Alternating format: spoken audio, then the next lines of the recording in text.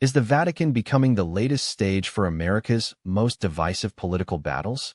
When you hear that the mayor of Chicago is traveling to meet the Pope, you might expect a discussion on faith, unity, or global peace, but what actually went down in Rome this week looks a lot more like a calculated political campaign being exported to the global stage.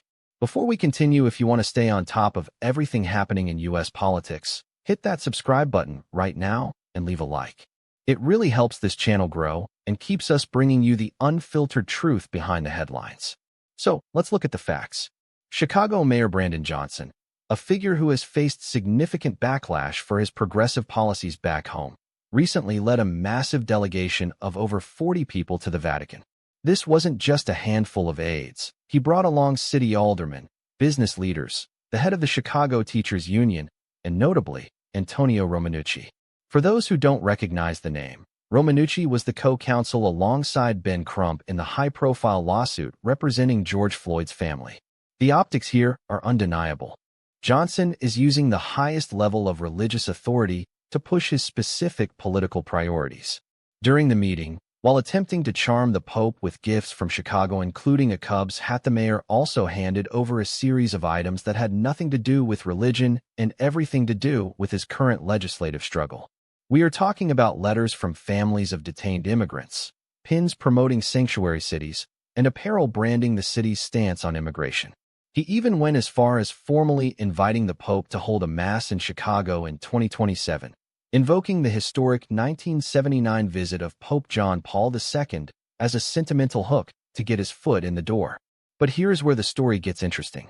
Pope Leo, who happens to be a known fan of the White Sox, Chicago's other baseball team, famously refused to put on the Cubs hat Johnson offered him, joking that he already had a hat on.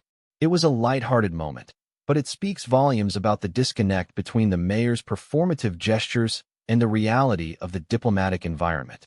While Johnson tries to frame himself as a leader seeking hope and unity, the inclusion of these specific political gifts suggests a much more partisan agenda. What does this actually mean for the city of Chicago and for American politics?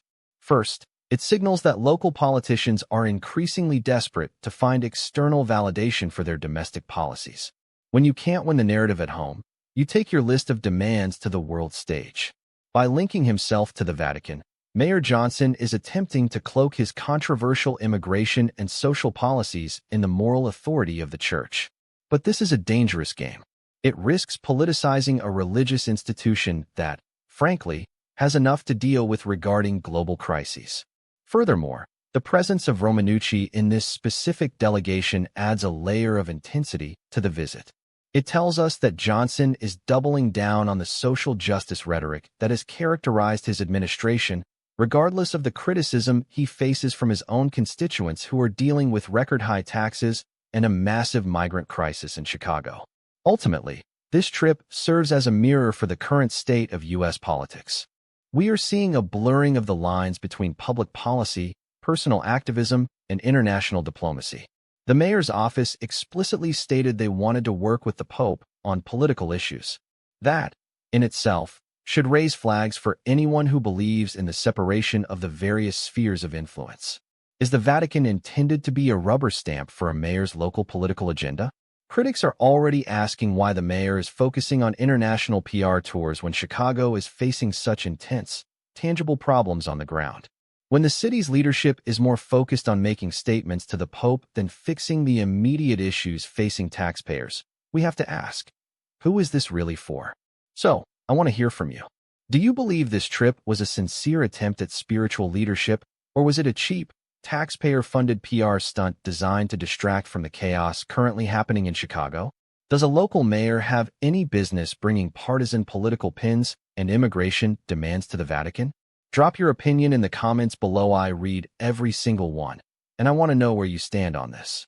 Thanks for watching. Stay informed, stay critical, and we will see you in the next video.